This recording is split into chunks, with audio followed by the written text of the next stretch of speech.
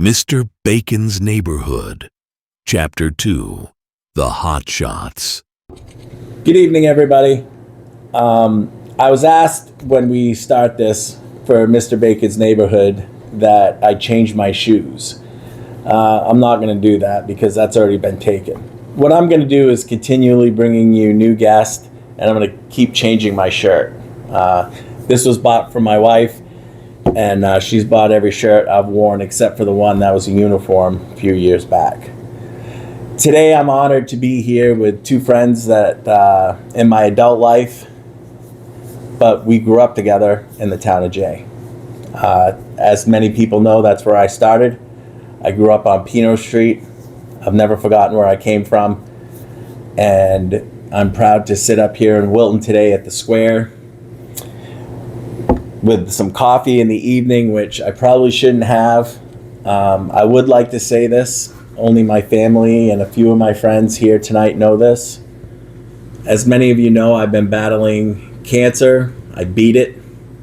I beat it because of all of you and everyone sitting here tonight, even Dan behind the camera.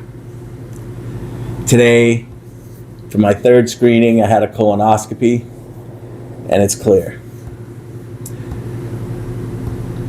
Today's like Christmas, but I always tell everybody every day is like Christmas. It's a very emotional day for me and my wife when we sat there and they went to wheel me back to have that colonoscopy, because the last time they did it, we had the same nurse, the same doctor, and they relayed to us everything was going to be okay. My wife has actually agreed to talk about some things in a future podcast or video cast, because we want everyone to know it's okay to go through what we went through, be broken, be dented, to fight. And no matter what the ending is to realize we both did the best we could. So when we left there today, cancer-free, I was very proud, and I'm not going to talk about cancer again today, to have one of my best friends, James Butler, pick me up, because my wife had to go to work. And when I said to James I needed a ride up here for the podcast, he totally forgot when he was picking me up, what time I needed to be picked up. But he was there, as always. The other best part is I'm with Tim Toothaker. James is a little bit younger than us. I met Tim, he was actually my brother's best friend when we were in school. And we've all spent our adult lives together. And I think that's the best part. Because what I always say is, the reason we're friends this long isn't because it's like Hallmark.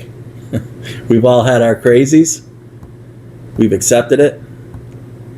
And we're still always there for each other, but we always know the good parts about each other. So today, I introduce James Butler and Tim Toothaker to Mr. Bacon's Neighborhood. We're at the square in Wilton. We didn't have any coffee cups, so we had to use the mug club, so I apologize. I am using somebody's mug. We will sanitize it. We had to run to Dunkin' Donuts and get some coffee, but as you know, we don't script. So what I've always been asked to do is I'm going to ask. We'll go with Tim since he's the oldest, and then we'll go to James. Tim, introduce yourself and tell us a little about yourself. Excellent. Thank you. I'm Tim Toothaker. Gerry and I have spent over 20 years in the fire service together. I'm thankful to be here for twofold. One, that I'm here and he's invited me. That's a pretty big honor. And two, that he's here. That's an even bigger honor, because there was some times where we were wondering about that. So this is a pretty big night, a pretty big moment for us all, and I appreciate the opportunity. I started out in J Fire in a station that had a tanker truck. And Gerry was one of those guys that was a mentor to me and said, "Hey, come down to the ladder truck. I'll show you how to run the ladder, and we'll do some cool stuff." So at the time, that was a pretty big deal too. So I literally bought a house next to the fire station so that I could run with Gerry and the rest of the guys. J Fire has a pretty impressive history of recruiting incredible talent that goes on to do some big things in other places, and that has always impressed me, including everyone at this table. So I appreciate that. Worked on the ladder for several years and got to do some pretty neat stuff statewide, regionally, locally, and most of it to Gerry. Shortly after that, James came to town and bought a house between the police station and the fire station and said, let's see what we can do, boys. And so as Gerry pulled me along, kind of pulled James along and got him into captain, and then he just took off and did some of his own crazy stuff. But we'll get into that later, but that's my brief introduction. Thank you for having me here. Well, thank you for coming. James? Thanks, Gerry, for having me. I'm James Butler. I started as a hotshot, as we like to call it in J, a fire eater. I'm sure we'll see some images of that, hopefully, in this video podcast. Started in high school, not really knowing what I wanted to do with my career. I thought I was going to be in law enforcement or carpentry or something like that. And then 9/11 happened, and I saw the ceremony that the J Fire Department put on at the high school football field, and it's like, hey, that looks pretty cool. So from there, applied to attend Foster Tech in my senior year for their firefighter program, not really knowing what I was getting into, and joined the fire department that summer. And I was a North J boy at Station 1, and they lived on Morse Hill Road. So again, we had that tanker truck there that, Lyle used to drive around and bring us all over the place, delivering water. Yeah. So from there, met some pretty incredible people, and my first fire call, I don't even think I was supposed to be running fire calls at the time. I think I was barely 16. I don't even think I had gear yet, but I was actually hanging out with Jared McCord, who was also a hotshot, who was in my class, and he's like, "We're going." And my mentor, who was George Brown, I got there. I'm like, "I'm gonna be in trouble. First day on the job, I'm gonna get removed from the roster." We went to some brush fire, and it was the biggest thrill of my life at that point in time. So I was hooked from there. Attended Foster Tech. Had some incredible people along the way. Different fire instructors, Jack Berry. The guys up in Farmington, Chief Bell, Tim Hardy, T.D. Hardy, Jason Decker, Scotty Baxter, Ron Alexander. All the legends from Farmington that kind of, made us want to do this. Yeah. So that was a huge part of why I wanted to do it, and attending the Foster Tech program reinforced that. And I kind of, excelled in that and did well. And from there, I was like, I guess I want to do this. And they dragged us down to Southern Maine Community College and says, well, this is what you do. You get in the living program and you live at the station and attend SMCC for fire science. So that's what I did. So from there, bounced around some different fire departments. I'm sure we'll get into it at some point in the conversation, the different positions that I've held and different jobs, but I've been hooked since I was 16 years old because of the fire department. I first met Gerry. He was the crazy guy from Station 2. And he did have a ladder truck, which was pretty cool. So always a crazy guy. I was hooked with that, and like Tim said, I met my current girlfriend Ashley. We bought a house almost immediately. I don't even know if we were dating first before we bought that house, but we went to the Franklin Savings Bank. Diane Jackson signed the loan, and everybody thought she was pregnant. She wasn't. We just didn't want to pay rent. So from there it was kind of history. Yeah. That's really how I got involved with the fire department, and I'm sure Gerry will get into the different departments and affiliations that we've had through our career. It's crazy to think it's been, for me, over 20 years. I think your guys' math's a little off on your years, because I know I graduated high school and a couple years after you guys. So when you get older, you know what they always say. Wasn't that 6 months ago? Yeah. It's always 20 years. Everything's 20 years. I was fired. 20 years. I love the fire department part of this. Don't get me wrong. That's how we met. We all started as juniors. Tim and I started at 14, and I don't know if you know this, James, but we changed it to 16 because, not because of the labor laws that we were supposed to be following. Minor details. No, minor details. It was because after 4 years of being a junior, after 2 years, you're ready to go. And at 16, I was ready to quit because I'm like, I want to do more. I want to do more. And so we changed it. And Bob Shink used to say, let's make Gerry the captain of the Hot Shots. And it wasn't about the title. It was just about I was vocal. Crazy, I guess. And I wanted it to be better for other people. And so I love the fire department. That's how we all met. The fire service, that's what saved, all of us at some point. But I also want to talk about today our personal relationships. And I think what the world needs to realize is, especially in today's times, the one thing I love about the three of us is we can all agree to disagree. And in the middle of the night, or even at noon, or even at noon today when I needed a ride a couple days ago, we're all there for each other. And I think what we want to, I'm a we. But what I want to tell you guys is what's made me. The reason I say we is because we've become family. The biggest part about a family is I come from two great families, my mom's side and my dad's side, my brothers, my sisters, my steps. You guys know I call my stepsister and my two stepbrothers, brother and sister, and my stepmom's mom, my stepdad's dad. And that's the same with you guys. You really are my brothers. And I think, something I've said all along is real brothers fight. We don't like each other sometimes, but we'll always love each other and be there. And I think that's the biggest part why we're just thankful for each other. A lot of people would be jealous that, one thing, let's talk about the fire service. Tim, you've been an officer. James, you've been an officer. I've been an officer. The one thing that's different between me and James than Tim is I've been James's boss. James has been my boss. We've been equals. But that's never affected our friendship. And I think that's huge. Because at work, we play the role we're supposed to. And I don't mean we play it like we fake it. We fulfill the responsibility of what we're supposed to do.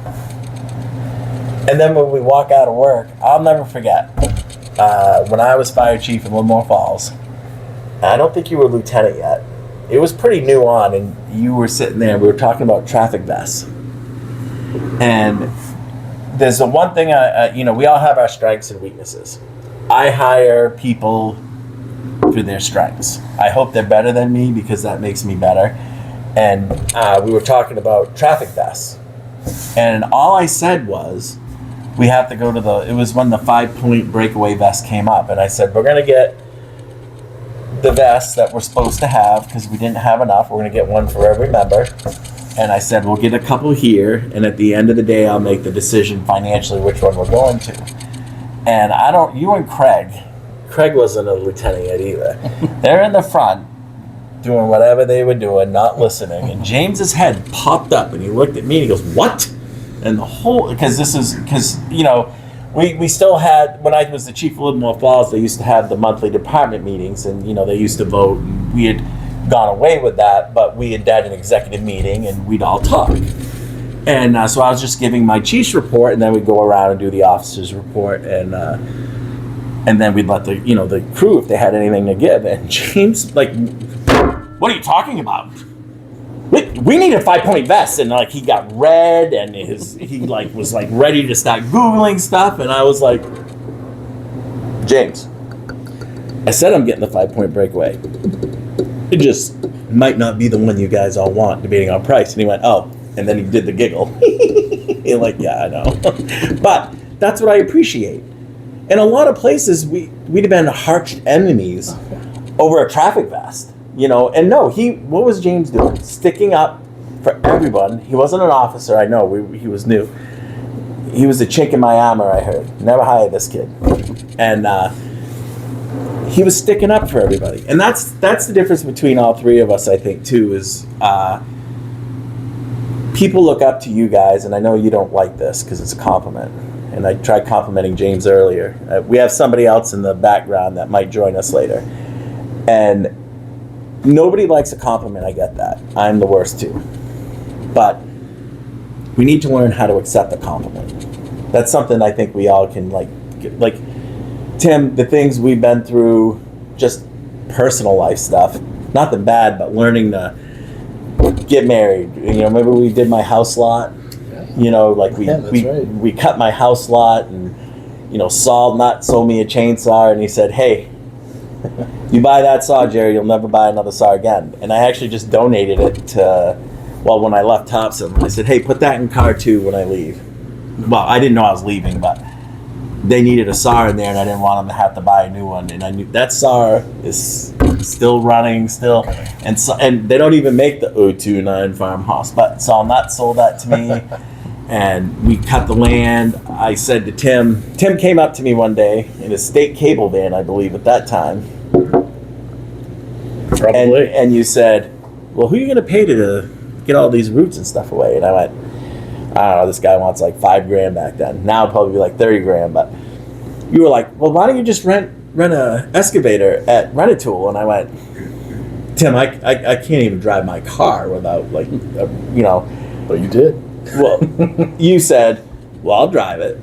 And I was like, "Okay." So I went and rented an excavator. And then he showed up on Friday night, and he was like a kid with like, you know, like us with fire trucks. He was like, "You really rented this?" And my first wife, Steph, was like, "Do you think Tim really knows how to use that?" I'm like, "Yeah, he'll be fine." He had no idea what he was doing, but you did a great job. And for a whole weekend, he didn't leave my house lot for 3 days, and we got all the stumps up, and then Corey LeClaire. Remember, we had that last brush pile, and I went down to the house to get us food, and he almost made Pinot Street level. But he legally lit the fire, and there was an explosion. So we don't want to throw Corey. Corey was a good guy helping us out, and he was like, "I don't know what happened when I left, but the wet wood wouldn't burn, and I heard a poof. And when I came back, if this was the wood in the brush pile, it was like cut off, but the pile was gone. They did it good. No. Corey's a great guy, great fireman. Corey LeClaire fought a lot of fire with Corey.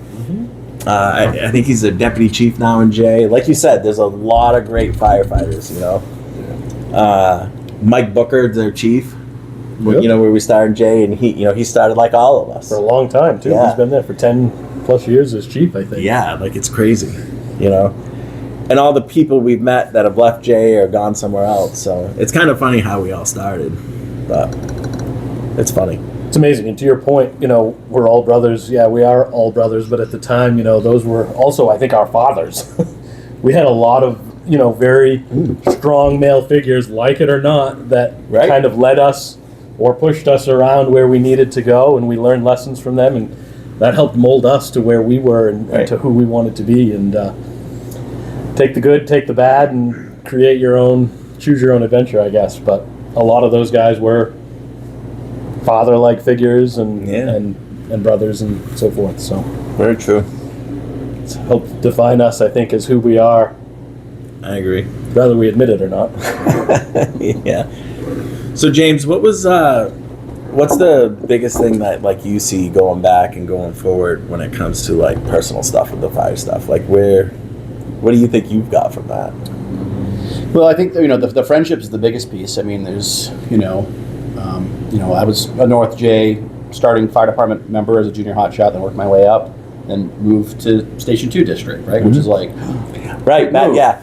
I knew of Tim Toothaker, right? But like, he's on the other side of the hill, different station. Right? So I think him and I first bonded sitting on the bottom of J Hill one night with the ladder truck, like, because we were waiting for CMP or something. So it's the people that you meet. It's back in the day when we'd have the weekly truck checks or the monthly, company meetings with the dinner and everything like that. Sure. You know, and you'd have the county meetings where you'd have, different departments come in, and then it's the other extra events that you do. Like, I remember when I was, in high school, and there was flooding in Canton, like over the weekend, like that big flood. Like, hey, we're going to Canton to go help our neighbors. Like, they're all flooded out, so we're gonna go there and spend the day freezing our butts off helping out people. So it's like, it's the gratitude, I guess, is the biggest thing that I learned from it. And it's the people. I mean, we were a paid volunteer department, but at the time it was like I don't know, $9 an hour, $8.50 an hour. It's Who knows? not about the money. And you wouldn't get that check for like 6 months later, Right. right? So it was never about the money. No, but you're still a volunteer because nobody makes you go, right? Like that's why I always call pay call is pay call, but nothing makes you go. Nothing says, because we got paid when we went to calls, but we didn't get paid for training when we went away for the weekend. They paid your training, but you'd spend a week or 2 weeks gone, or when I went to the academy, when we do the weekend courses, and you didn't get paid for that. We all paid for that on our own. Right. But I think the biggest thing is the connections you make, and like obviously firefighters are seen as fixers of things, right? We get called to people's worst day, and we may not know exactly what to do, but we get there and we work through teamwork to figure out what needs to be done to make it safe and to accomplish a job. And it's kind of the same in our personal lives. Like you talked about your wood lot and getting an excavator. I mean, there's many different things, like I used to work at Hilltop Collision part-time driving the tow truck, and we've done more things with that tow truck that probably never done before. Doing things, towing cars, like emergencies. Yeah. Like, so it kind of goes hand in hand with, the resources and the people, because, everybody up here has another job. So like they have connections, whether they're at the paper mill, whether they were at the Rent-A-Tool, they were at the Hilltop Collisions, or, just at, at Jeff's Variety. Right? You have those connections that move along with you, and, in small communities, like I know I'm preaching to the choir here, but like it takes a village. Yeah, it always does. So I think that's the biggest piece is, the camaraderie around it, and the togetherness, and the extra stuff, the Christmas parties, the gatherings, the going out, and you're not alone. Like you have people to hang out with, and if they're busy, like there's back in the day there was 40 other people you could call, right? Right. And then usually on a Friday, Saturday night we'd all end up in a backyard somewhere. having I'd say burning something, but having a bonfire, hanging legally burning something. Exactly, it was permitted. It's permitted. Time. Sometimes you come home and your friends have already started the fire for you. In a wheelbarrow. It seems like we all do that. Sorry, Miss Ellie. Yeah. It's funny you say Maselli, because he still talks about when I worked at Kanoko gas station in Jay. I walked in at Riverside to get a sandwich, and he was like, "Hey, I'm Dan Maselli," and everyone who knows Dan knows that's exactly how he is. He's like, "Hey, I'm Dan Maselli." I'm like, "Hi, I'm Gerry," and he's like, "Hey, I'm dating Kathleen," and I was like, "Oh yeah, I go to school." He goes, "No, I know. She told me you're on the fire department." He goes, "I want to join the fire department. I want to work for Auburn Fire." And I went, "Okay." And I go, "Well, come to hose testing tonight."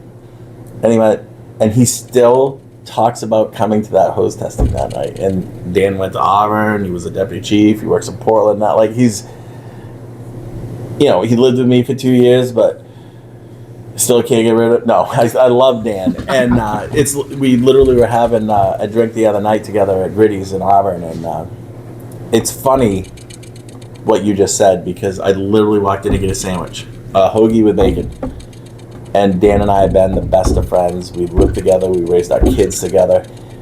I know in the middle of the night, he knows in the middle of the night, call me.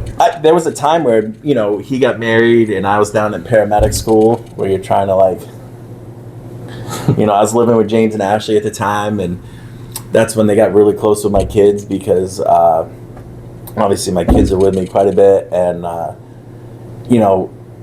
I'd get out of clinical time, working, go down to the beach with the kids, and I didn't see Dan for a bunch. And then I texted him one day, because when we lived together, he'd leave Auburn, I'd leave United. And if one of us was going into work and the other one was leaving, we'd say, "Hey, can you pick up the milk?" And so I just texted him out of the blue one day, "Hey, you need any milk?" Laugh out loud. And it was like we hadn't even, it's like I saw him yesterday, and it was years. What do you think, Tim? What have you got from the fire service? Not the fire trucks and the helmets and all that. What have you got? I mean, it was the people, right? Mm-hmm. Like I said earlier, you have the father figures, the brother figures. You build that network. When we're young, we think we know probably more than we really do know. Well, we know everything. I think I had the answers back then, and now I think I have more questions than anything. But no, the fire service has developed me. It's helped me it's helped me professionally. Yeah. I think all of us are in our careers now because of our start in J. And it's wild, because we were all J Fire, right? Like not the hugest organization, but a cool, great little fire department. And then we went to Livermore Falls, and then we sort of separated and kind of all did our own things, but stayed together. And now we're kind of under the umbrella of code and building once again. So Like we always find our way so back. the commonalities that exist are absolutely wild. I'm thankful for that. Yeah. But yeah, J Fire was a huge instrumental help to the start of my career. You know, I mean, Southern Maine Community College, fire science, and then Central Maine Community College's occupational health and safety program, which good stuff, but that's the stuff that built me to where I am, and I think everyone can probably agree to that those small, humble beginnings definitely paved the way for where we're at, and I'm anxious to see what we all have to pursue. Some of the craziness from the calls 20 years ago, the stuff that we did, James was referring to, the things that we did for little money. A lot of it wasn't even stuff you should do. A lot of it wasn't safe. I know that now. We know that now. I think your favorite line is, they have laws now with what we knew we shouldn't be doing. Yeah. It's OSHA. Yeah. BLS. Just jump over the hole in the floor. Yeah. It's good. You're good. Just Right. jump. Right. Defining moments for all of us. You don't need an but, air pack for a chimney fire. We gotta clean the air pack. If we're going to talk about that, yeah. So Gerry was a pioneer. That was not a part. Jerry was a pioneer in health and safety. Probably not even knowing it at the time, but he was a huge proponent of safety. Pushing things then in the mid to late 90s that have actually become law now, and maybe they were law then, but wearing an air pack at a chimney fire, you know? Don Flanagan, who is a mentor and absolute heck of a guy, said something in one of the Firefighter 1 graduations. He said, "Don't smell smoke." Okay? Yeah, right. Now, as a 20-something-year-old guy, I went, ridiculous, right? Right. And it wasn't too long after that I understood what he was saying. Right. Not only was he serious, he knew what he was talking about. Right. Don't smell smoke. Don't smell smoke. It's not, rubbing ash and Right. fire stuff all over your face. It's not cool. No. So we've learned a lot from guys like Don Flanagan, and hopefully we can continue to take the torch and run with it. Do you remember when Don showed up at Jay? So your fire department is always the best, and always will be. J Fire will always be, as James said, fire eaters. Alfred Judd drew that, freehand, that patch. Richards, yes. Yeah, Richards. I'm sorry. Yep. That's one of the guys I work with, Topsom. Yep. I am going to talk about cancer. Chemo does mess with your brain. I apologize. But yeah, Alfred Richards and Jeremy Richards. I haven't seen Jeremy in a little while, but Alfred just always wanted to help. And was always, but when he drew that, I was like, wow, where did you get that? And he was like, I drew it. And I was like, wow. Like you said, everyone's got this little hidden talent. Absolutely. And that patch, excuse me, that patch, anywhere you go, people are like, oh, where'd you get that? And I'm like, oh, God. And it says fire eaters in the middle of the patch, And I think the thing you learn from this stuff, I took a picture today. We swung into Station 2 so I could get a picture of that patch so Dan can, hopefully blow it up and stuff. And I turned around and took a picture of the woods just because that's where I used to run down with my gear bag. And I took a picture of the school, and I said to the gentleman who's chauffeuring me today, I said, you know what that building is? And he was reading it, it's... And I go, no, he goes, well, he knew it as J Base, right? Where Heidi Gould and Warren Bryant and Randy was his name. I forget his last name. And they, J Base. Rose, yes. Yep. J Base, J Base. And I said, no, before that it was my kindergarten. And Elaine Willette was my teacher. And I was telling him, we're still at B-Buds. Yep.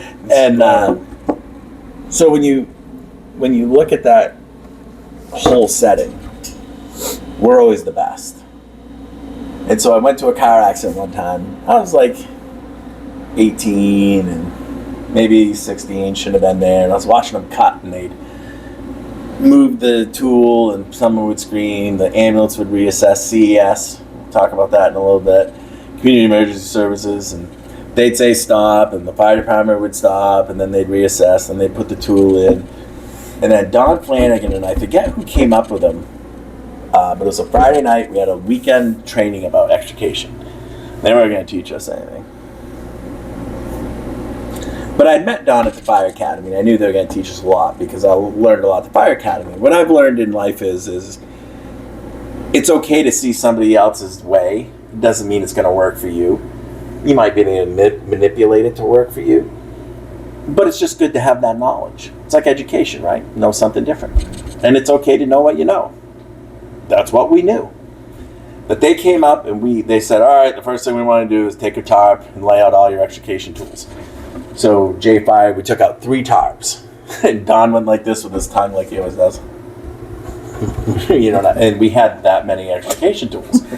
And he went, what do you guys need us for? It took us an hour and a half to pop a door. Well, after Don Flanagan left, it took us like 10 minutes to pop a door. And we became like, that's what we were known for. And because Don told us, need an inch, take an inch. But what we were taught back then, the salesmen were selling the tools. So they'd come in and be like, well, you can take the front of the car and put it over here. You can take the rear of the car and put it over here. Well, nobody gives a shit when you're dying. Just get the person out of the car. And then when all of us started learning about EMS, yeah, they're in a car bleeding. They're going to go, ow. So we need to pull them out. And I'll never forget, we had a call one time right out in front of Station 1. The floor of a Ford Ranger and a head-on closed right up on their feet like that, like a bear trap. You remember that. And I crawled in through that window. Everybody was like, we can't get him out. We got to do this and that. And I just looked at him. I go, hey, brother. He's like, yeah, man. Oh, this is going to hurt.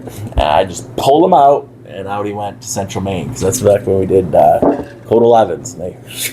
And what was his name? I forget. Tim. Every time. That's right, because you kept going. I'm cutting. I'm like, what? That's right. I forgot that was his name. I'll never forget. And everybody was like, he goes, I just need a cigarette. And I'm like, light it up. And everyone's like, no. I'm like, no, he's fine. Let him light the cigarette. Tim, we need to get you out of here. Yeah. No, I need to. Yeah, and Tim, so he popped the door, we got everything. And the floor, I'd never seen anything like it. It literally looked like a bear trap closed on his foot. And I'm like, yeah. And you gave us the access, and everyone's pulling on him, and he's like, and I'm like, hey, Tim. And he's like, yeah, that's right. Yep, that was wild. I said, this is going to hurt. And out he went. And I think that's the thing that I learned, though, really early on, which helped me a lot in my life, is it's okay to learn something different. It might work, it might not. And, Don Flanagan, he just retired from Auburn. I saw that. Yeah, he's going up That's to a big loss. Winthrop Ambulance. Well, yeah, absolutely. But he's going to still be a deputy chief up to Winthrop Ambulance. And, he's one of those guys. I've never met, because at United, I worked with him as a paramedic, and then it's so rare to see a masterful person at both jobs. And how many times do you roll through a town, wherever it is? It could be Don Flanagan's town, it could be Gerry Pino's town, or James Butler's town. How many times do you roll through a town and you look at the fire station and you see who's working, or the ambulance, and you're like, okay, well, if I do get in a wreck, I'm in good hands. Right, because maybe they're around today. I know this person's around and that person's around, and things are good, and you might even drive a little more risky, but that's funny. I think one of the coolest things we ever did is my kids have learned. When I went through my first divorce, we had the fire department life. That was all my fault. We went to the functions, the dinners, the breakfasts, and there's more to life than that. And we need to do that for ourselves. And I remember in 2010, after my divorce, I started traveling by myself. And James and Ashley said, hey, we want to go on a trip. And I said, all right, well, this is where I'm going. And James was like, That's pretty expensive. And I went, yeah, I know, but I'm gonna put on my credit card. And I was like, but, so we went on a cruise. And I'd never been on a cruise, but I'm like, no, if that's what you guys can do, we'll go on a cruise. So we went on a cruise. And now we've gone on a cruise every year since, except for the year I got cancers. And, I was supposed to be on a cruise right now because that's what I do on my birthday. And we'll talk about that in another podcast, why I always go on my birthday. But when I missed my colonoscopy, the one I was supposed to have, because they gave me the wrong prep. It's nobody's fault, but that was kind of frustrating. And they scheduled it on the 11th. I'm like, and my wife's like, that's okay, we can. I'm like, no. So that's why we went on her birthday. But that cruise, do you remember who went with us? I do. We said, yeah, we're going on a cruise, and we're sitting at James, and Mike and his first wife were like, well, Mike was like, well, I don't want to go. And I'm like, go. It's America. Just get on the boat. Like, you ain't going to need permission. No one's going to like you. And what everybody doesn't realize is you make of it what you want. We've all traveled together for years, and we don't hang out every second of the day together. We all go do our own things, or groups take off. But at the end of the night, we all get back together and have a good time.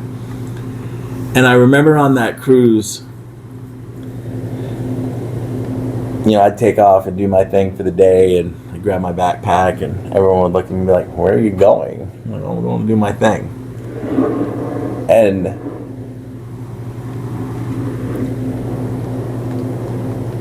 literally being on the fire department taught me that. It taught me I'm okay. It's okay to be alone. It's okay to strive. It's okay to set out. And it's okay if you guys are busy, go be busy. But I know if I need you, you'll come. But I think that's what gave me strength coming off Keno Street. Is I want to do something different. You want to do something different. All right, I'll see you back at the boat, And Mike Mejia, I remember me and him were sitting at St. Rosa Lima. He was running radar as mall security because he's not a police officer. And he was in JPD's Caprice. And he's like, I don't know if I'm going to go. I'm a cop and you're fireman. And, small town. Like, Footloose doesn't really exist with the no dancing. It might. But everyone in a little town can say there's always a divide, right? You're on the wrong football team. You're a fireman. You're a cop. You're a Pinot, you're a toothacher, we're not supposed to be for whatever it is, right? And I said to Mike, I go, why don't you just come and have a good time? And me and Mike now have traveled so many times together, and at first it was only seeing him at your Thanksmas, and now we've moved it over to James and Ashley put it on now. But I'd only see Mike either at Thanksmas or I'd see him on a cruise. And every cruise, unplanned, me and Mike meet up somewhere on that boat. Just by accident. We've had the best conversations, like we've always been friends, but I saw him twice a year or once a year. And not this past year, but last year he sat down next to me, and he's getting a little older in life, his kids are older, and he's seen a lot, he goes through a lot what he does. And it's not that he was never thankful, but I think he realizes we're all thankful for him, and what we talk about stays between us. Like, we'll always be there for you. And I think that means a lot to me. Like, I learned that I understand what he does for work. It's tough. Oh, yeah. Everybody wants something. Everyone's out to get you. You can live your whole life the best way, and then 30 seconds ruins it. And nowadays, it doesn't even have to be wrong, because if it's a snippet, you get the wrong snippet of something, not the whole story. Everyone's ready to sink you. And that's what I think is wrong about today's world. Like, if someone's wrong or does something inappropriate, then yeah, then they should go through whatever due process it is. But I don't know where all the hate comes from. I don't know what it would be like right now if all of us at 16, because of all the laws, we wouldn't be able to start at 14. What if we all got together now? Would we be the same people we are today? That scares me. It's a good question. You know, like, would we be the same people? Because now it seems like we can't be different. And if there isn't three more different people in the world than the three of us sitting here, smiling, laughing, and having a good time and enjoying each other's company, playing this a month ago. This was planned before my cruise, which was the beginning of February. That's the only thing that scares me. Like, why is it everyone's so ready to hate? Why can't we all just be like, hey, Tim, I don't really like plaid, but I'll let you wear it. Mike was always a good sport because he came to one of the firemen's balls that was down in Auburn. And I always asked him, you know, if we were going to get invited to the policeman's ball. So that invitation hopefully still stands, but I just haven't seen it yet. And now my son's in law enforcement too, so Right. we'll hope that maybe that angle comes through. Well, so I have a lot of cop friends and law enforcement friends, federal, local, state. And I always say, hey, you guys pick 20 in reports, I pick 25 in recliners. You gotta sleep all night. We do not sleep all night. Okay, I did work on an ambulance for a long time. And EMS is now pretty much in every fire department but a few. But even, you know what, it's funny, I work in Lewiston now, and everyone's like, well, Lewiston Fire doesn't do EMS. Incorrect. They go to every Echo and Delta call in the city. They do EMS every day. And they don't even get the fun stuff. Like, and they're okay with it. Like, you know what I mean? That's their job.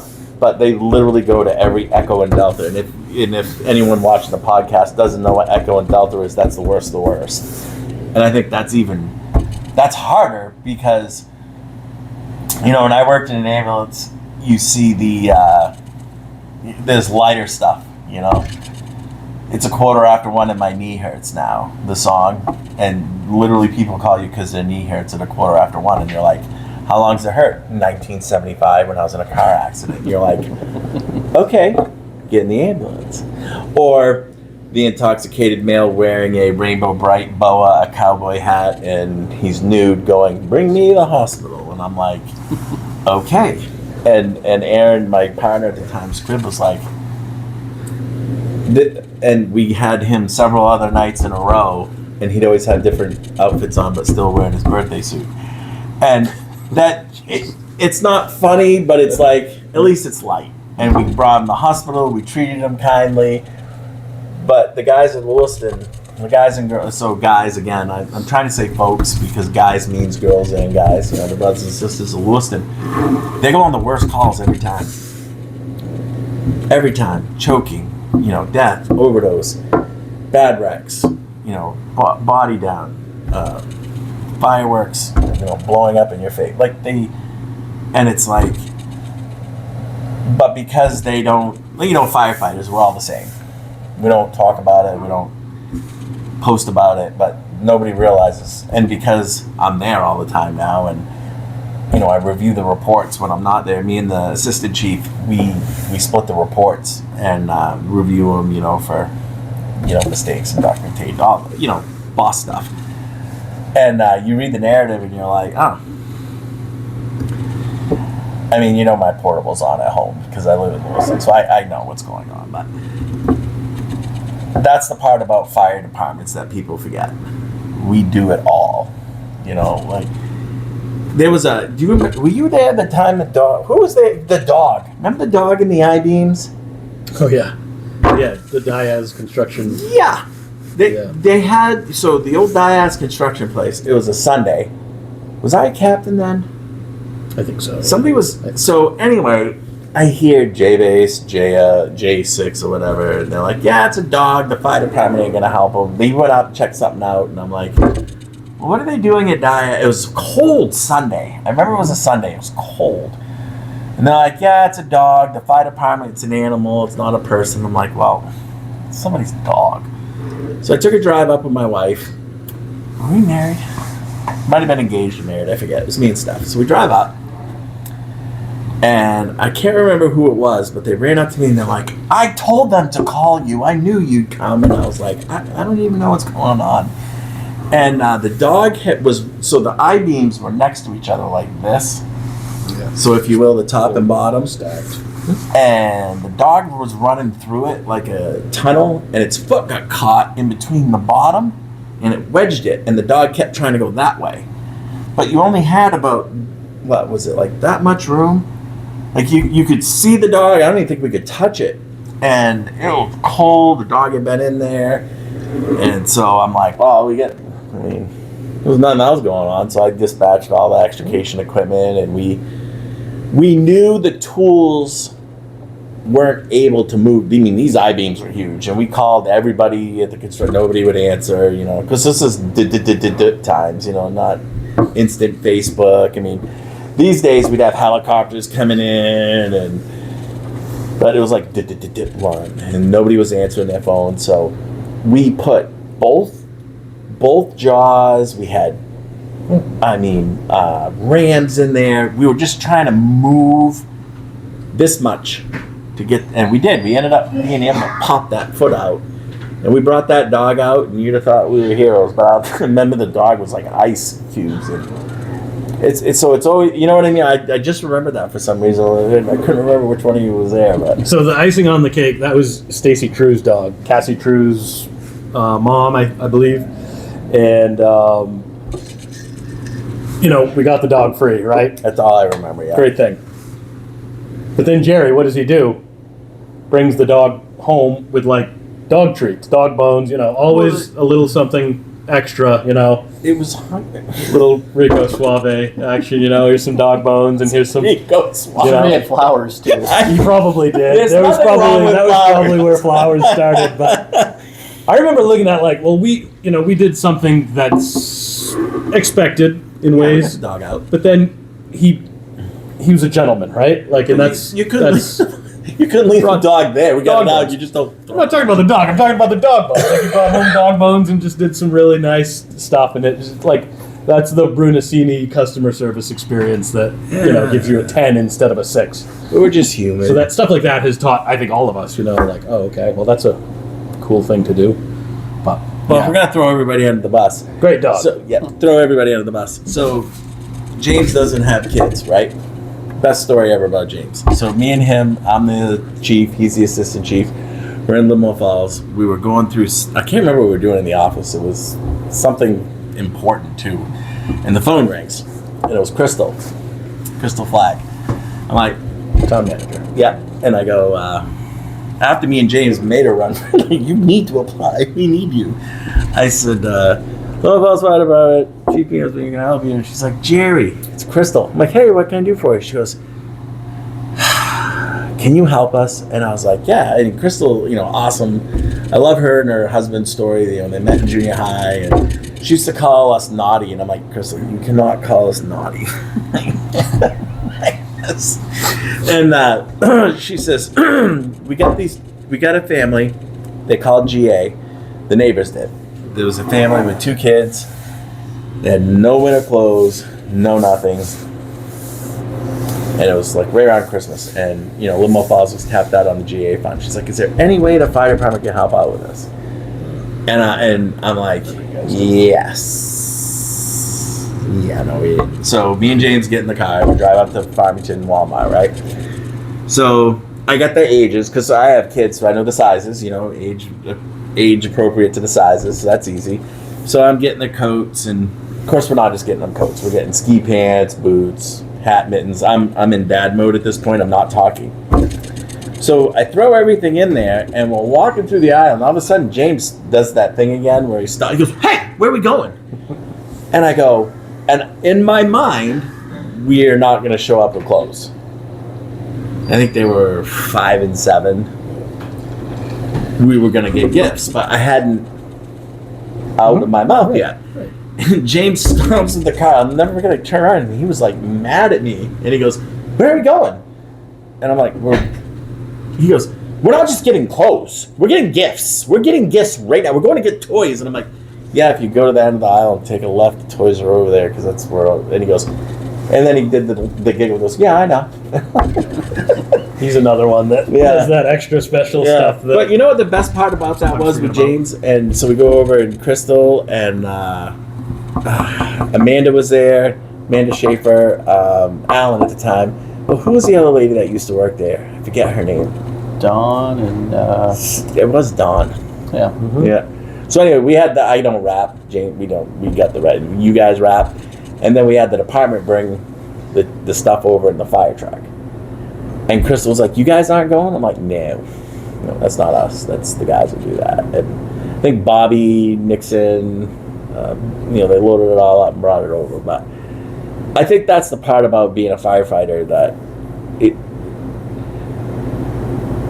it's easy to put fire out in the blood. Stick your finger in it, it's not easy. Let me rephrase that. That's the part of the job, right? That's what we sign up for. That's what we do. And we have all these things that we have to help you, fix you. I think it's the part about being human that makes firefighting real, that makes us real. I think it makes us thankful too. Like, it's not even about giving. It's like, if you have something, it's just nice to be able to give it and share it. And I mean, can you imagine those kids? I can't not being able to go outside, and I just think that's, we just try and do what we can do.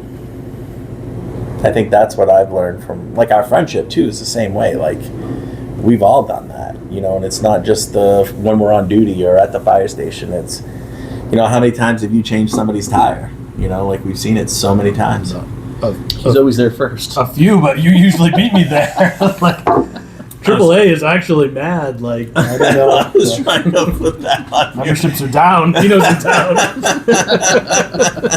I remember one time James was in a meeting and he was in J and he calls me. He's like, "Hey, where are you?" And I was like, "Oh," because we were having dinner at his house. I'm like, "Oh, I'm just coming to text. Can you go change Ashley's tire?" And I was like, "Yeah." And she'd hit the trestle over there. And he's like, "Yeah, I'm in a meeting. I can't get there." And I was changing her tire. She puts it on Facebook. That was the only tire I've ever actually changed. It's a wide error. Yeah, but there are other times where you're out for coffee and there's a structure fire at 2 a.m. and you discover it.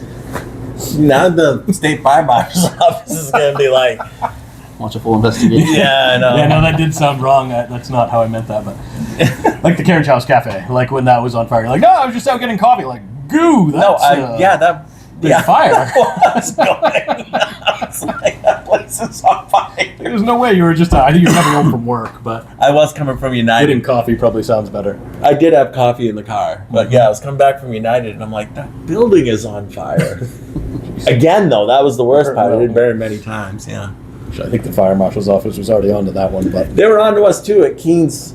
Remember? Because we always would go to the fires, and the guy's like, "What were you doing before this fire?" And I was like, "Huh?" Rick Shepard, that was my fire investigation. He's yelling at us, instructor. "Well, what were you guys doing?" And I was like, "Well, I was home." I didn't realize he was interrogating us. And I'm like, "Well, I was home, I was watching TV." And he goes, "What were you watching?" And I was telling him, and I'm like, "Why is this guy so interested in what I was watching in TV?"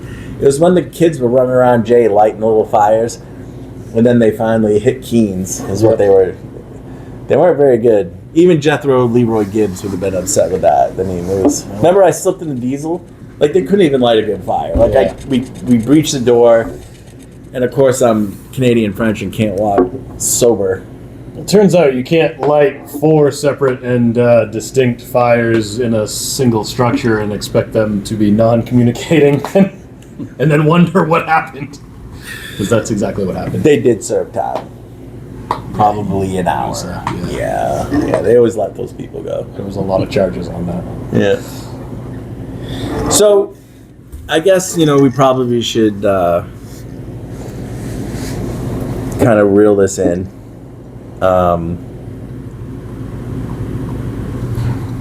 I think the biggest thing about tonight is, we're still kind of meeting where we all come from, and I hope we can do this conversation again, because this is just kind of putting a toe in it, right? Like, we can talk about a lot of things.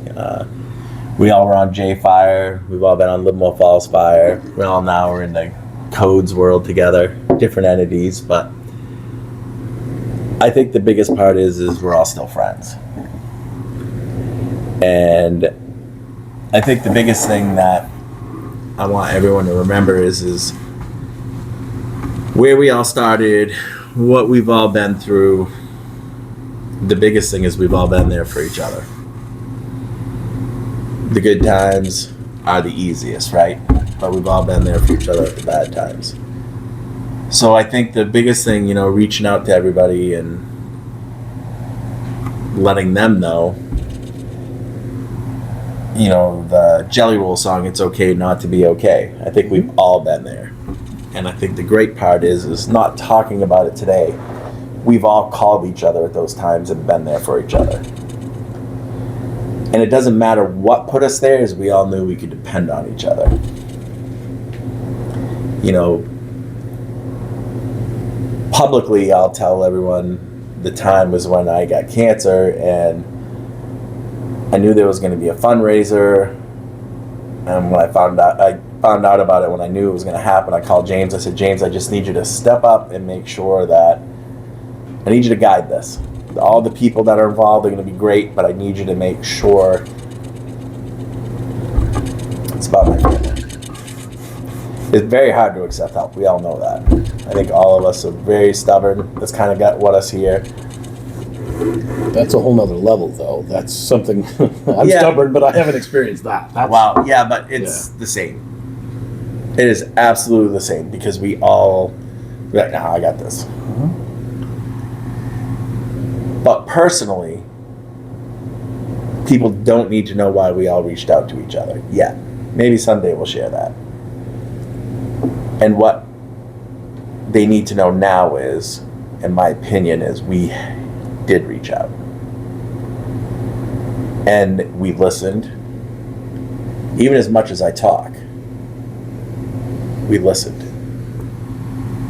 And even though James is always driving by the school, and even though Tim's busy, but he'll get there, and nobody ever knows where Gerry is. Like, I'm almost back, right? Like, I think the old joke is you never knew where Gerry was going to be, in a good way. Like, he just, you know, I had friends down in Portsmouth, New Hampshire once. They were sitting at a bar, and I was like, "Hey!" And they're like, "What are you doing here?" I got out of work and drove down to Portsmouth. I heard it was nice, you know, and I'm almost back there.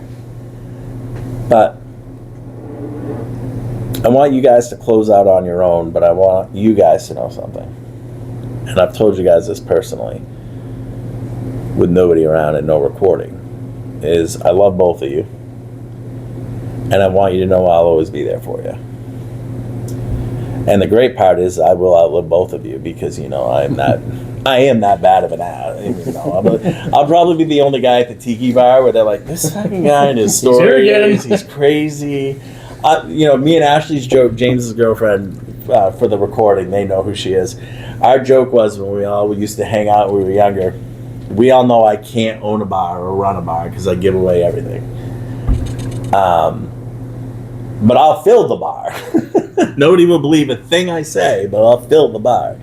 Tim, you'll always be there as like the lifeguard to pull us all out. James will be the bad influence and be like, right up on the line, but I'll fill the bar. And Ashley would be the one that comes in and like, all of you! That was always our joke. But it's understanding who we are. And I think that's what's cool about me. So I wanted to be able to publicly say, I love you guys, and I appreciate everything we've been through. And it's the honor and so humbling that you guys have both wanted to sit here tonight. Because James was sitting in your restaurant that you and Ashley built. You put your heart, sweat in it. Tim, you've raised... Sitting in James's restaurant. You've raised two amazing kids with Holly. You kept making fun of me with the confetti all over my face. Do not joke about glitter. glitter. The glitter. Sorry, the glitter. The glitter all over me, and then you had a daughter. Glitter's real. Glitter is real. So Tim used to have a joke and say I always had glitter on me. It was because my daughter was young. It wasn't a joke. That was real. It was glitter, but it was from my daughter. And he made fun of me too many times. Right, Emma? I have glitter all over me. Yeah. But that leads a question. So, with the wisdom that we've had, the knowledge that we've gained, how we used to deal with stress and how we used to deal with that incredible fire call, EMS call, whatever it is. How do you deal with things now? And are they different from how they used to be? I drank too much. I drank too much. And I didn't drink to forget. It's just what we did. You know, I've never been ashamed of one thing I've ever done in my life except when I threw up in front of my kids. Because I drank too much. And they know that, like we've talked about this. And I'm okay sharing that.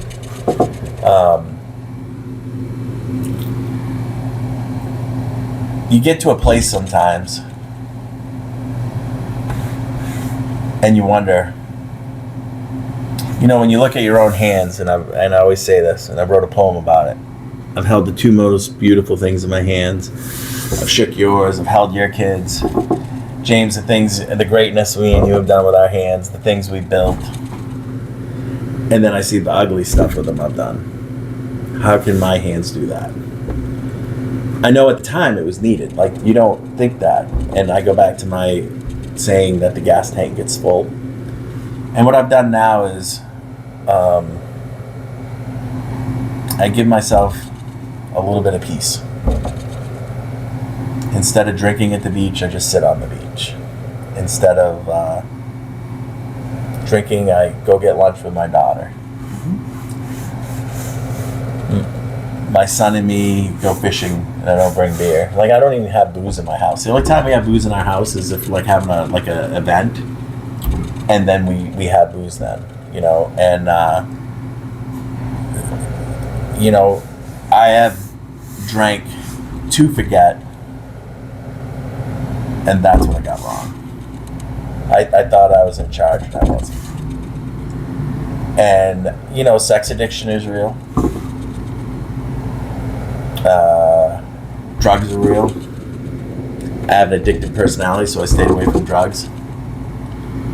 I was single for 15 years. I didn't want to date, so I had people I hung out with, and we had our agreements. I probably missed out on some really good people over the years because I wasn't going to let anyone in. I was raising my kids, and that's what I was focused on my job, and this is what I was going to do. And thankfully, because now I'm with Jen, you know, and Jenny and I have been through some rough times. And everybody's like, well, how can you guys? And I'm like, well, you weren't where we were.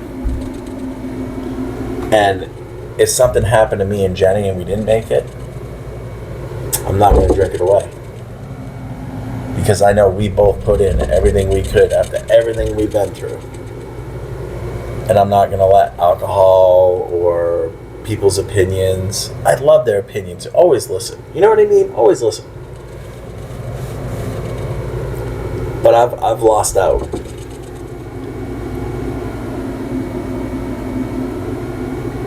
And that's what we need to tell us, okay? And I'm glad you brought that up. And after, you know, all the Gerry stories, I call them Wyatt Earp. I really think they're not all true. Like, you mesh them. But I think the best part about it is we're still here to talk about them. What are we still talking about? Togetherness, being together. And I think in this time, in this world,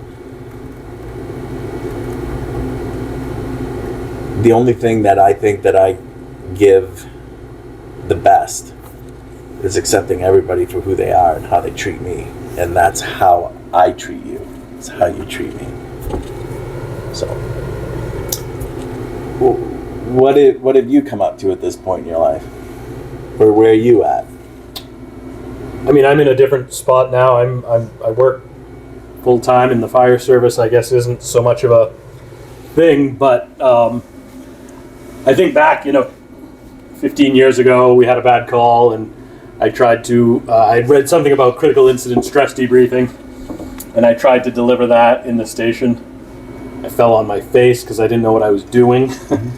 I tried, but my point is now I think we have mental health resources and coaches, counselors, groups that talk, and I can't personally say that I know that that's successful, but I love that that's a resource and an option. Jason Mills is doing some great stuff with the Resilient Responder. Yeah. I'm very curious to see, how that can help people be more effective in the workplace and keep their So attitudes. without calling you out, you're saying that even though you're not in the fire service, you probably saw and went through some things when we were younger, and Like you, totally, and I didn't deal with it appropriately, right? but I'm just saying for you to say, Yeah. which you never like to say, you've seen some stuff that it's different for humans to see. For sure. And we won't say the date or the time. But what I'm saying is Tim, we're always in the fire service. It doesn't matter. I think I said something to you one time. The uniform does not make the person. The person makes the uniform. And how we carry ourselves is who we always are, and you will always be a firefighter for that reason. Patches are patches, stickers are stickers, right? Everyone can wear a t-shirt. It's the way we live our lives and how we take care of ourselves is what we're learning. And each other. And then how we take care of everybody else. So, what's your perspective on that? How do you see that? Well, I mean, there's been a lot of Jerryism, so you definitely have said that, and that's had an impact on my career, and my career's kind of been all over the place. But I mean, we, in the fire service, we learn early, like, we're the Swiss Army knives, we're the squeegees, like we take care of society. Mm-hmm. So I think that's all ingrained in all of us that are in public safety, whether you're a police officer, EMS, dispatcher, any of it, right? So I think that says a lot about the people that work in this field, and then it can carry over into anybody's profession. It's like somebody that's in the military, right? That's like ingrained in them as well. Right. Whether, regardless of branch, it's public service. Sure. So I think that's the biggest piece of it. And like sometimes it's hard, like being in the military. I wasn't on the military, but I was in public service with the fire service, EMS, and it's a hard. It's a hard. Like, we're talking about how great it is. It's hard, especially when you join larger fire departments. Why is it hard? So, What's so hard about it? Tell me.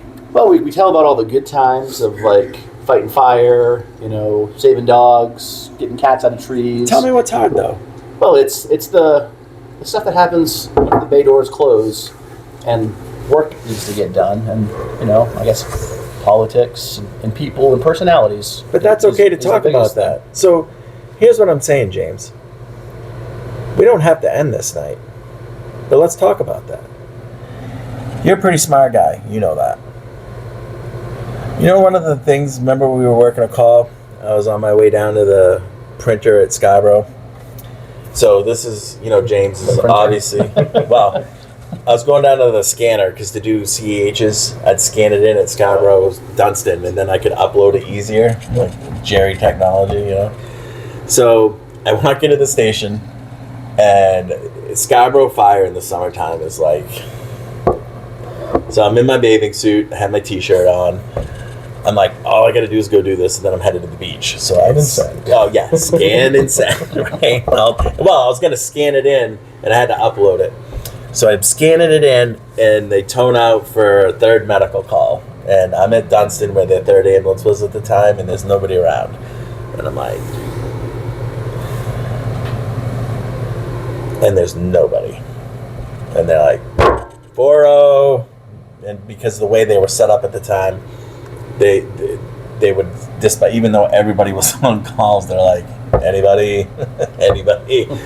And I was like, and then they were like, the patient had fallen down a set of stairs. She was pretty much unresponsive. And I'm like, oh my God, I can't leave the fire station. So I walk over to the radio. I proudly walked over to the radio, and I'm like, Firefighter Pino to 4-0. And they're like, and it was, what's his name? Director now. Thornton.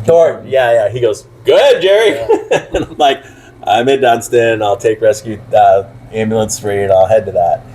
And so, of course, James pops up. Oh, I'll meet you there. And so we get in the back. This lady she'd fallen down the stairs and almost up. And I'm like, James, set me up for an IV. And he looks at me and he goes, I don't know how to do this. I'm like, what do you mean you don't know how to do this? He goes, this is all I see.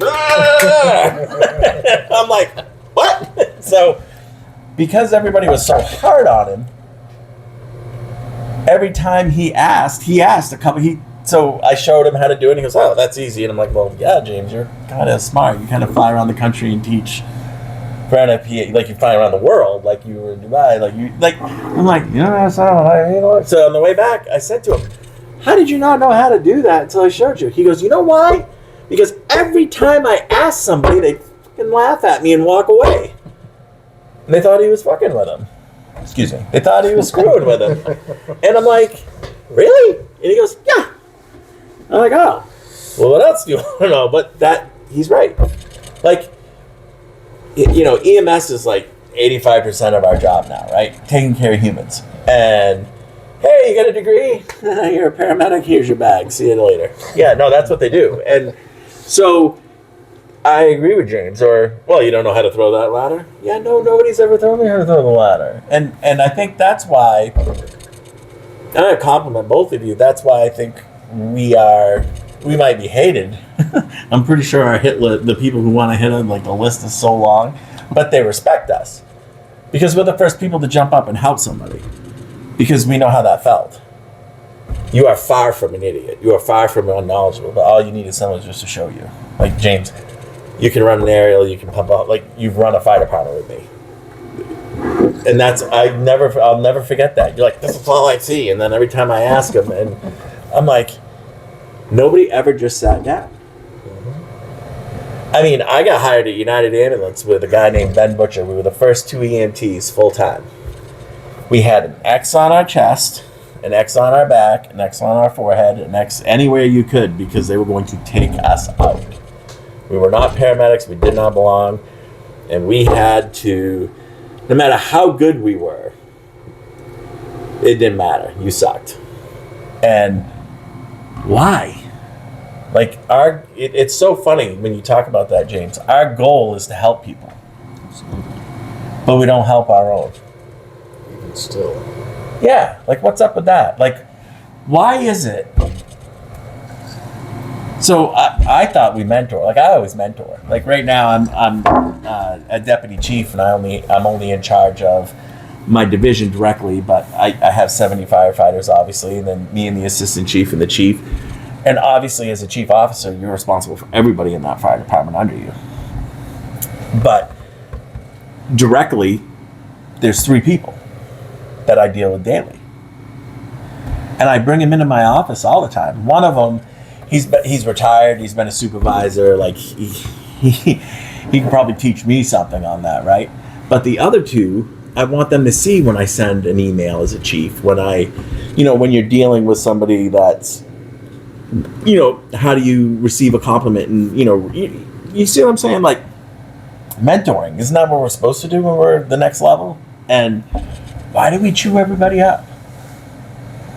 That's the part about the fire service, James, I don't understand. Why do we chew everybody up? Yeah, I mean, I think that's like a gap that we need to bridge. I mean, I think when we talk about, officer development and like levels of certification, but like the mentorship is the biggest thing. And like, I started with J Fire, we all have, and we had a mentor program, but it's like, it starts at like 16 or 15 or 12, whenever you guys started, right?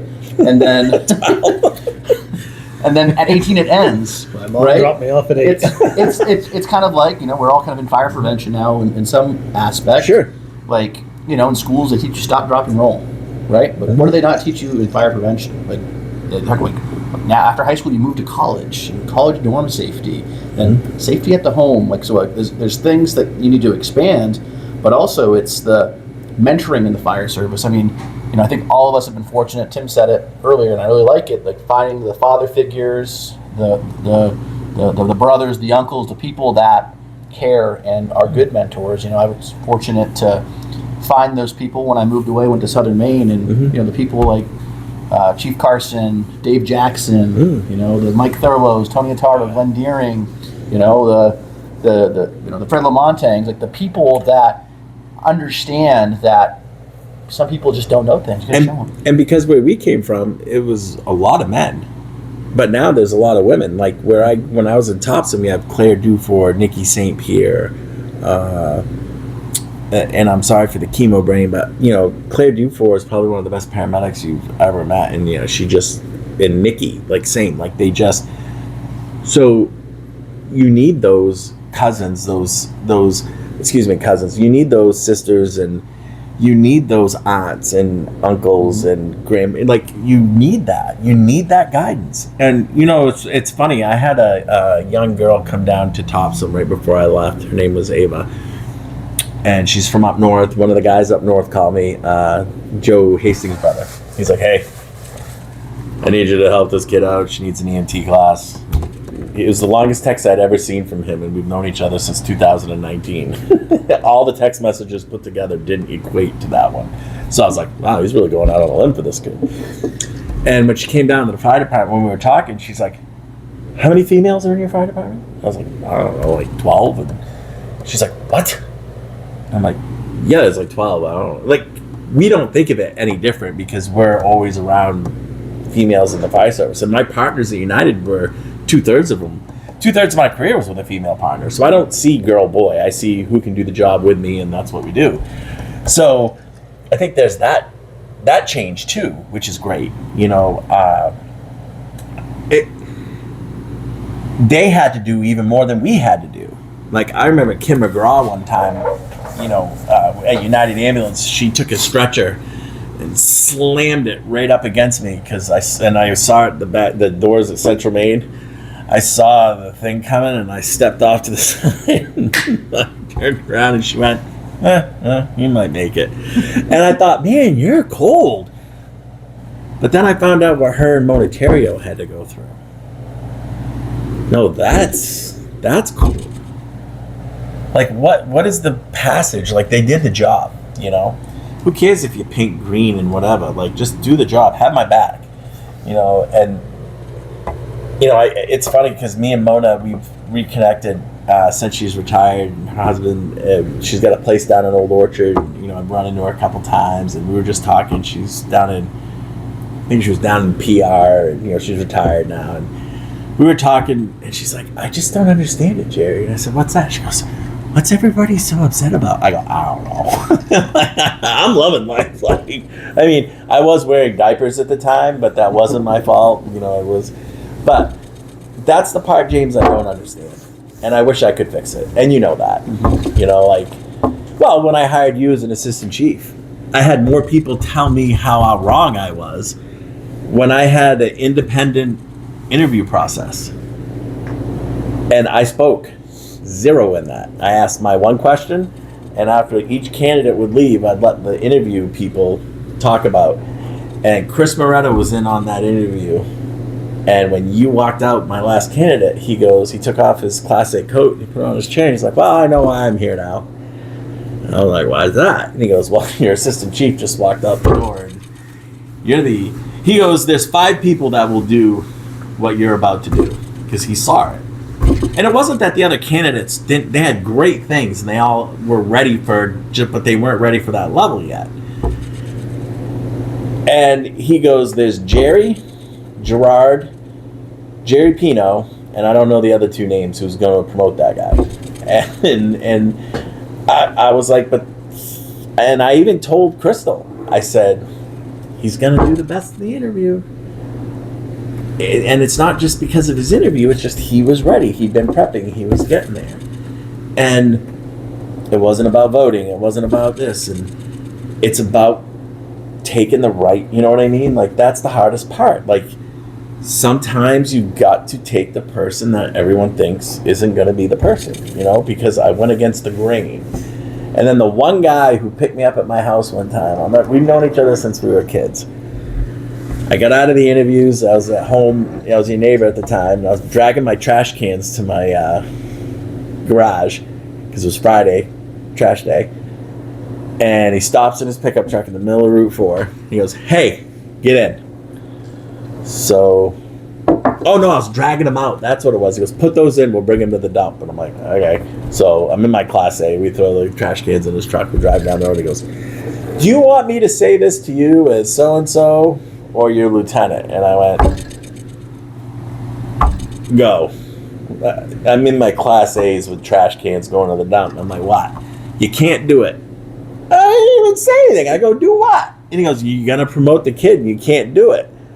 I'm like, I didn't even say anything. He goes, I know what you're going to do. I go, how do you know what I'm going to? He even knew what was right, but he knew he was, and I'm like, so I said to him, we dumped the trash, come back, and I said, you know, this town wasn't ready for me either, is what I've heard. And they ain't fired me yet. And I'm pretty sure I promoted you.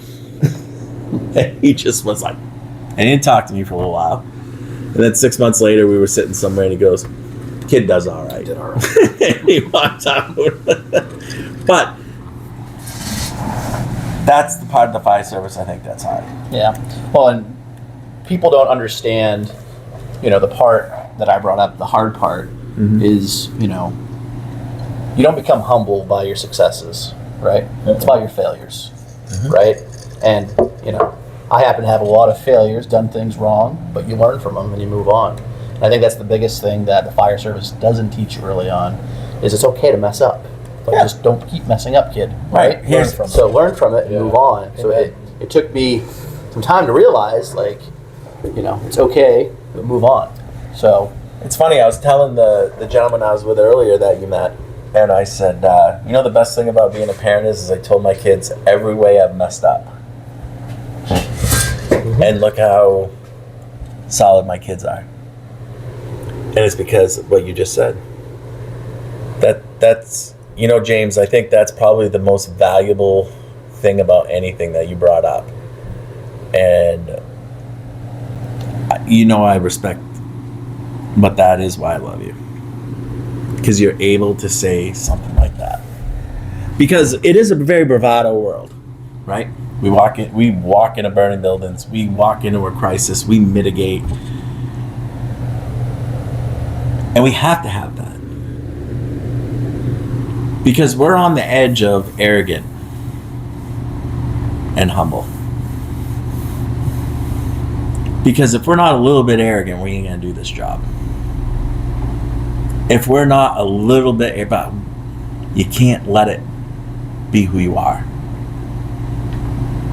And you gotta be able to say, I screwed this up. You know, one of the best things I ever heard in Tom St. Pierre walked into my office one day. He's probably one of the best paramedic firefighters I've ever met. Him and Don Flannery, same, like, photogenic brain. Like, he's a fireman. He's a great fireman. Great incident commander. Reminds me a lot of Sean Corwell. Great fireground commander, but I don't know how they're medics like that either. Tommy is a great medic. And he comes into my office one day and he always talks like this because he has a big mustache. When he retires, he's gonna be up north and he's gonna be a guide, and I love that. He already knows what he's gonna do, you know. And if we let him, he'd go guide right now with the retirement. And he asked me a question, and I looked at him. And I go, "Oh." He goes, "Did you just tell me you don't know?"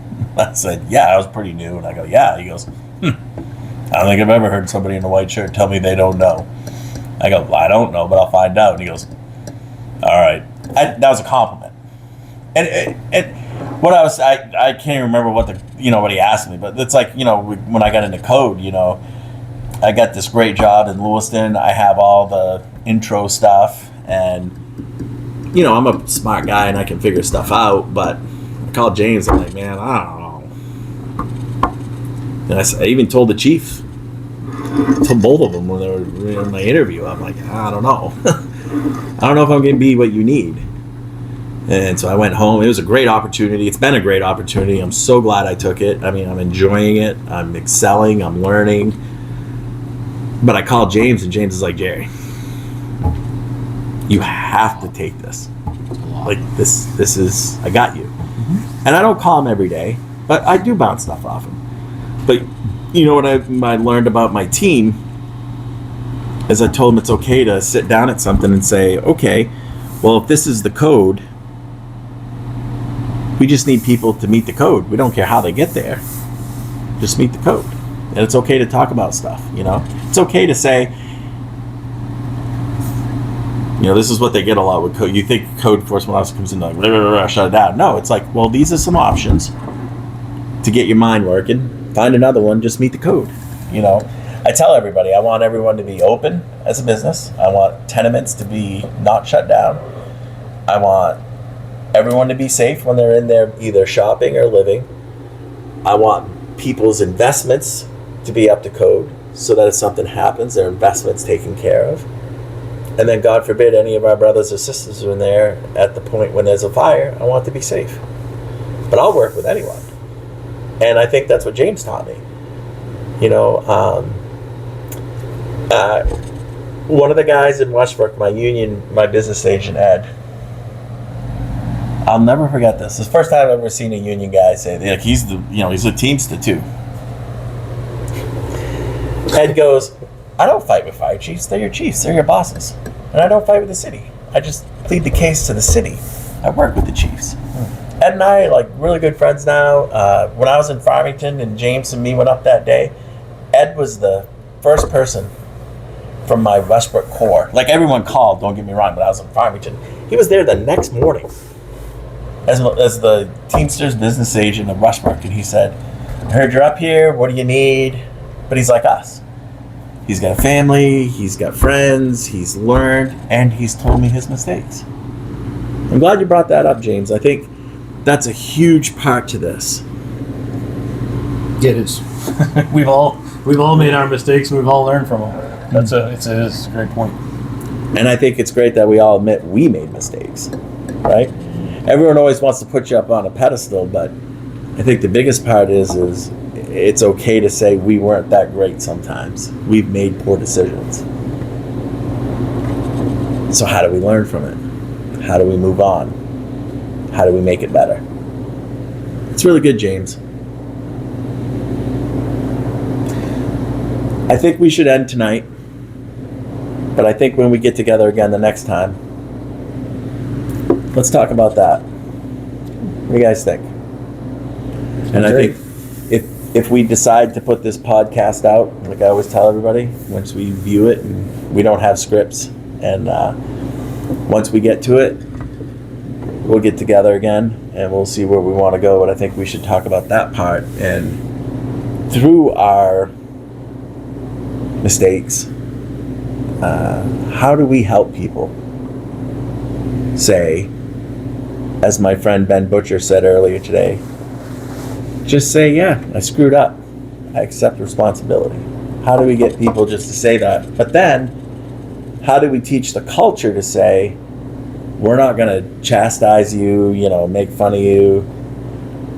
One of the guys in Westbrook, he went the wrong way one time in the ambulance. And I won't say his name, but he's a full-time firefighter now. One mistake, they gave him a nickname, which can be fun, right? But me and him, a couple months after that, went into one of the worst fires I've ever been into. It was a meth lab fire. It was like the 1970s Batman smoke. There was yellow, green, pink, and me and him, we kicked some butt, put some fire out, and now he does it full time. But he made one mistake. And everybody was ready to yell at him. And I was the only one that looked at his partner and said, where were you? You're the senior guy. How did this happen? He's 18. Both of you have iPhones, 2 tablets, and a computer in this ambulance. Use them. Yeah. Like, how of course he vapor locked. And I got shrugged off by that person. But I think that's why that person and me, when I saw him Sunday when I worked my 24 in Freeport, so I could still do the job a little bit, I saw that kid. And I gave him a hug. He gave me a hug. He told me about his new son and his wife. And I think that's what we need to talk about. How do we get people to let those mistakes go? And you know what? He was smarter than all of them because he let it roll down his shoulders. How many people have we lost in the fire service? Because nobody taught them that it's okay to let it run off, or they just would pick at them until they were gone. Or fire chiefs that said, nah, it wasn't that bad. It was just 2 kids under the car. You don't need any help. You're on duty. Or the delivery of it. Right. James has been a big one on that, like there's a difference between you screwed up, make it right, and what can I do to help you so that this doesn't happen again, or something similar? Like, same Absolutely. message, different delivery. Absolutely. Yeah. It's amazing how words, you know, it's funny, we all heal from wounds, but words sit with us forever. James and Tim, I really want to keep going, but I think we should hold this and we'll get together soon. And I want that to be the next topic. Hopefully it'll be a little warmer. We'll get Dan somewhere and maybe we'll go up to his farm. Let's go sit at my dad's house in Vassalboro on the lake and maybe get a boat ride and stuff. But I just wanted to say again, it's been an absolute privilege to take over Mr. Bacon's neighborhood. And now the guests that I have, I always say, the prince and the princess, when I first got divorced, I didn't have a lot of money, you know, and I'd make everything an adventure, and I'd call them the prince and the princess, and obviously that stuck. And I was the gesture. But I'm a king. And friends like you made me that king. So, Tim. Thank you for your time, Jerry. Appreciate It's you. an honor to be on here. James. So we're going to wrap this up. I'm sorry tonight went a little bit longer. But I would like to invite my guest back. As Blaine would say, it's how